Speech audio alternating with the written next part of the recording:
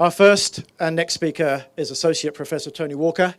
Tony is the Chief Executive of the Victorian Ambulance Service, and he's here today in his capacity as a board member of the Council of Ambulance Authorities, but also as an executive board member of the Global Resuscitation Alliance. Tony, welcome.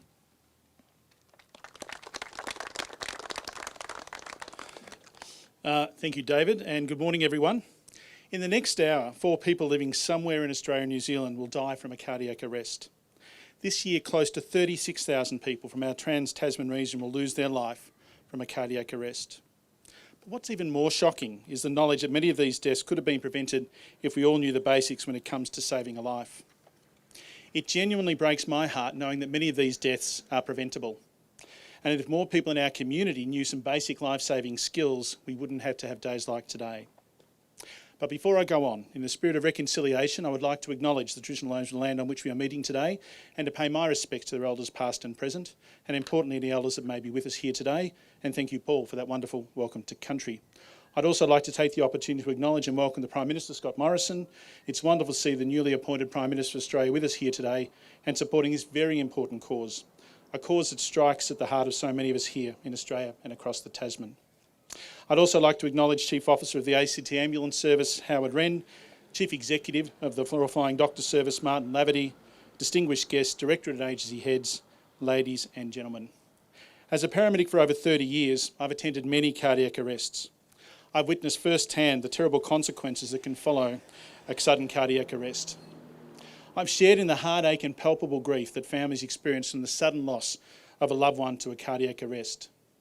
Children who've lost their father or mother in the prime of their life, and parents who've lost their children, cases that a paramedic will stay with me for the rest of my life. Which is why preventing this very preventable life-ending event is a cause that is close to my heart, a cause that's been a focus of mine since my first day on the job, and one which continues to drive me almost 33 years later. Today is a wonderful example of a system of care and how it works, which includes qualified professionals, those living in our community, our family, our friends, our neighbours, our work colleagues, our schoolmates, how we can work together to better save lives. Today, if you walk away remembering nothing else, I want you to all remember 3 simple steps: call, push, shock. If you think someone's having a cardiac arrest, all you need to do is remember and act on these 3 words. Call 000. Push on the person's chest hard and fast.